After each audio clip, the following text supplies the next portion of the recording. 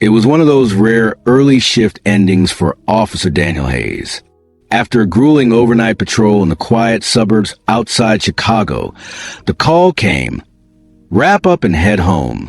No paperwork backlog, no last-minute arrests, just a green light to clock out at 3 p.m. instead of midnight. Daniel smiled for the first time in hours. His 8-year-old daughter, Mia, will be home from school soon, probably sprawled on the couch watching cartoons or doodling in her sketchbook. He pictured her face lighting up when he walked through the door early, ice cream cones in hand, his loyal K9 partner trotting beside him like always. The German Shepherd had been his partner for 4 years, sharp, steady, unflinching on the job. At home, though, he was just a big, gentle shadow who let Mia use his back as a pillow during movie nights. Daniel grabbed a couple of chocolate-dipped cones from the drive-thru on the way. Careful not to let them melt in the late afternoon heat, he pulled into the driveway quietly, engine off a house away, so the rumble wouldn't give him away. The dog sensed the excitement, ears perked, tail giving a slow wag. Daniel whispered, "Easy, buddy. Let's surprise her." Key in the lock. Door eased open. The house smelled like Mia's strawberry shampoo and the faint vanilla from yesterday's cookies. Toys scattered across the living room floor, stuffed animals in pile, crayons everywhere. Perfect chaos. "Mia," he called softly, grinning. "Anybody home?" No answer, just the hum of the fridge. He stepped inside, the dog right at his heel. That's when he saw her. Mia was on the living room floor, face down near the coffee table, one arm stretched out awkwardly, her favorite sketchbook open beside her like she dropped it mid-doodle. Her small body wasn't moving. No rise and fall of breathing. He could see from the doorway.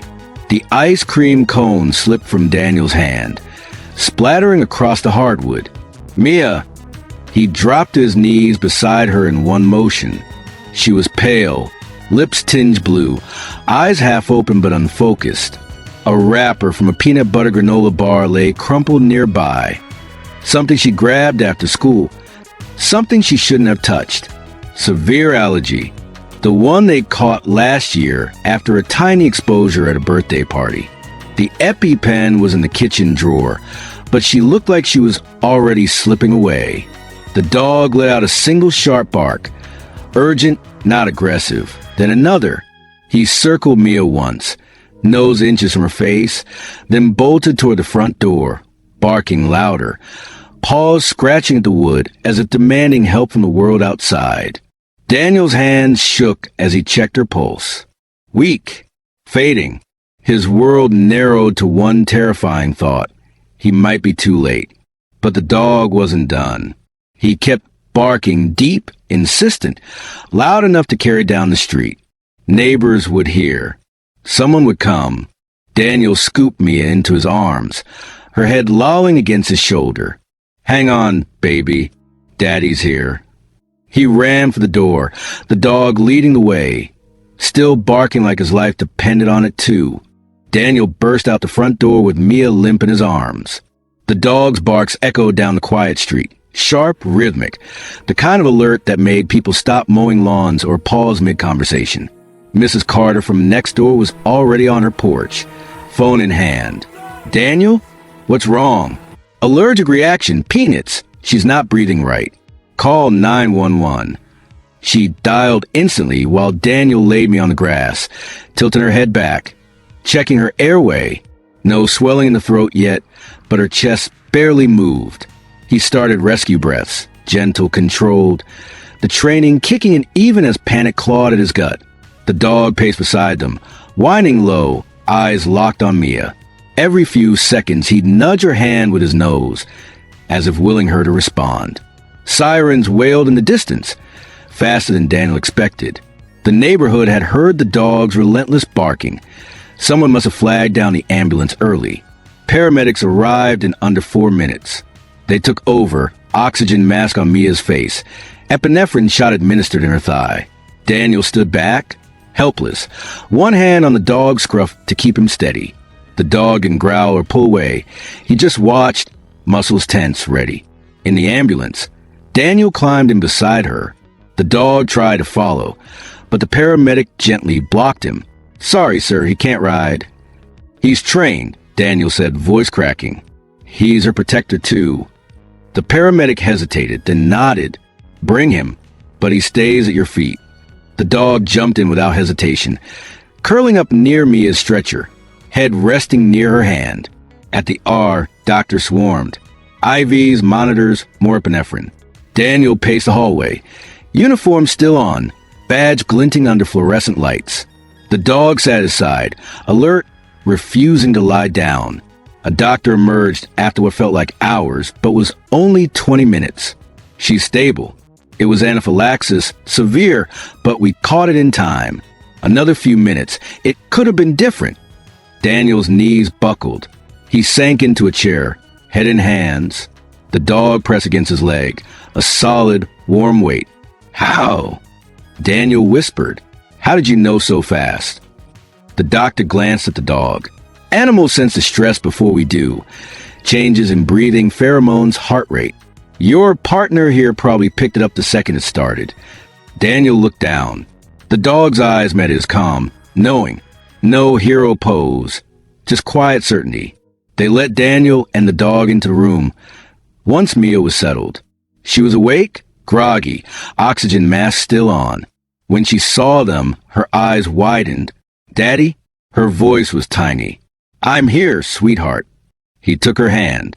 The dog jumped gently onto the bed's edge with nurse approval, resting his head near her feet. Mia reached out weakly, fingers brushing the dog's fur. He barked so loud. "Yeah," Daniel said, throat tight. "He saved you." The hospital room felt smaller as night settled in. The fluorescent lights were dimmed, but the glow from the monitors painted everything in cold blue and green. Beeps came in steady rhythm, heart rate, oxygen saturation, for drip, each one a small reminder that Mia was still fighting. Daniel sat in the stiff vinyl chair beside the bed, elbows on his knees, staring at his daughter's face. She looked so small under the thin hospital blanket, her dark hair fanned across the pillow, cheeks still pale, but no longer that terrifying blue. The oxygen mask fogged gently with every breath. She was sleeping now, the sedatives and exhaustion finally winning. The dog lay on the cool tile floor at the foot of the bed. He hadn't moved in hours. His head rested on his paws, but his eyes stayed half open, flicking between Mia's face and Daniel's. Every time the monitor gave a slightly different tone, his ears twitched. He was on duty, even here. Daniel rubbed his face with both hands. The adrenaline that carried him to the front door, the ambulance ride, the ER chaos. It was gone now. What was left was bone-deep tiredness and a quiet terror that wouldn't leave. What if he hadn't come home early? What if the dog hadn't barked? What if 5 more minutes? He shook his head hard, trying to stop the spiral. A soft knock. Dr. Patel stepped in, chart in hand, white coat swapped for a fleece over scrubs. She glanced at the dog, then at Daniel. "Still here?" she asked quietly. "Wouldn't be anywhere else." She nodded, checking the monitors. Her numbers are solid. Oxygen's holding at 98%, no more swelling. We'll keep her overnight for observation, but barring anything new, she should go home tomorrow afternoon. Daniel exhaled like he'd been holding his breath for hours. "Thank you." Dr. Patel hesitated, then lowered her voice. "I've seen a lot of these cases. Kids hide snacks. Parents miss cross-contamination labels. It happens fast, but the window is tiny. You and your partner gave her every second she needed." Daniel looked down at the dog. He knew before I did. The second we walked in, he started barking like the house was on fire. "Animals detect biochemical changes we can't," she said. "Pheromones, subtle shifts in breathing or skin chemistry. Some K9's are even being trained specifically for medical alerts now. Diabetes, seizures, anaphylaxis. Your dog might already be doing the job naturally." Daniel gave a small, tired smile. He's supposed to find bad guys and drugs, not save my kid from a granola bar. Dr. Patel smiled back. Sometimes the real threats are the quiet ones at home. She left him with a promise to check back in a couple of hours. Daniel leaned forward, resting his forehead on the bed rail. The dog lifted his head, watching him. Then, slowly he stood, stretched, and walked over. He placed his chin gently on Daniel's knee, the same way he did after long shifts when Daniel needed to decompress. Daniel scratched behind the dog's ears. You're gonna get so many treats when we get home, buddy, he whispered. And a new bed, and whatever you want. The dog gave one quiet huff, almost like agreement, then returned to spot by the bed. Around 2 a.m., Mia stirred. Her eyes fluttered open, confused at first. The mask made her voice muffled. Daddy? Daniel was up in an instant, taking her hand. Right here, sweetheart. You're okay. You're in the hospital, but you're safe. She blinked slowly, processing. Then her gaze found the dog. A tiny smile tugged at her lips under mask. He's still here. Yeah, Daniel said, throat tight. He hasn't left your side. Mia reached out weakly. The dog stood on his hind legs, front paws on the bed rail, careful, gentle, and let her fingers brush his fur. She sighed, eyes closing again. He barked so loud, I heard him even when everything went fuzzy. Daniel swallowed. He was calling for help. For both of us. Mia's breathing evened out. She drifted back to sleep, fingers still tangled in the dog's fur. Daniel stayed like that, hand in hers, the other on the dog, until the first gray light of morning crept through the blinds. He didn't sleep. He just watched. And for the first time in a long time, he felt something shift inside him. Shifts could wait. Paperwork could wait. The streets would still be there. But this, right here, was what mattered. And he almost lost it. Never again. The discharge papers came just after lunch the next day. Mia walked out of hospital on her own 2 feet, slow steps, but steady. She wore the same pink hoodie she'd had on when everything went wrong, now freshly washed by a kind nurse. An orange medical alert bracelet dangled from her wrist, and 2 EpiPens were clipped to a small pouch on her belt loop. She looked tired, but her eyes were bright when she saw the dog waiting in the lobby with Daniel. The German shepherd stood up the second he spotted her, tail wagged low and careful, like he knew she was still fragile. Mia dropped to one knee right there in the hospital entrance, arms around his neck. You waited for me, she whispered into his fur. Daniel crouched beside them, hand on Mia's back. He wouldn't leave until you did. A nurse smiled from the desk. That's one loyal partner you've got. The drive home was quiet. Windows cracked. Spring air coming in soft. Mia leaned against the dog in the back seat, his head resting in her lap. Daniel kept glancing in the rear-view mirror, checking her color, her breathing, anything. When they pulled into the driveway, the house looked the same, but it didn't feel the same. The front door still had that small dent from when Daniel had kicked it open in a panic. The living room floor still held faint sticky spots from melted ice cream cones. But now there was something new in the air, gratitude so thick it almost hurt. Daniel carried Mia's hospital bag inside while she and the dog walked in together. She paused in the doorway, looking at the spot on the floor where she collapsed. I remember hearing him bark, she said softly. It was like far away but really loud in my head. Daniel set the bag down and knelt in front of her. You scared me more than any call I've ever been on. Mia's lip trembled. I'm sorry. No, baby, don't be sorry. Just promise me you'll always tell me if something feels off, even if it's small. She nodded. Promise. That evening, they ordered pizza, nothing with peanuts, ever again in this house. Mia ate 2 slices sitting on the floor with the dog, feeding him tiny pieces of crust when Daniel pretended not to notice. The dog licked her fingers clean, then rested his head on her knee like it was the most natural place in the world. Over the next few days, the new routine settled in. Daniel spoke to his sergeant the morning after discharge. I need day shifts. Permanently. No more nights. No more undercover. My kid needs me home. The sergeant didn't argue. Take the time you need. We'll make it work. Mia's school got the full allergy action plan. No shared snacks, teacher training, EpiPen locations marked on every floor. Her classmates made cards, stick figure drawings of dogs and capes, messages like, "Get well soon, superhero girl." One afternoon, Mia had a small scare. She tried a new brand of granola bar labeled nut-free, but she felt that familiar tingle in her throat after 2 bites. She froze, eyes wide. Before she could even reach for her pouch, the dog was on his feet. He barked once, sharp, urgent, then ran to the garage door where Daniel was working on his bike. Daniel dropped the wrench and sprinted inside. Mia was already holding the EpiPen, face flushed. "It's starting," she said, voice shaking. Daniel took the pen, injected it into her thigh like they'd practiced 100 times. The reaction faded fast. No ambulance this time. Just a quick call to the allergist, extra Benadryl, and 30 minutes of watching her like a hawk. When it was over, Mia looked at the dog, who hadn't stopped pacing until she smiled. "He knew again," she said. Daniel nodded. "Yeah, he always knows." That night, Daniel moved the dog's bed into Mia's room. No discussion needed. The dog curled up at the foot of her bed, eyes on the door, ears tuned to every sound. Mia whispered into the dark, "You're my backup now." The dog huffed softly, almost like he was saying, "Always was." Daniel stood in the hallway, listening. For the first time in years, the house felt safe, not because the doors were locked or the alarm was set, but because something bigger was watching over them.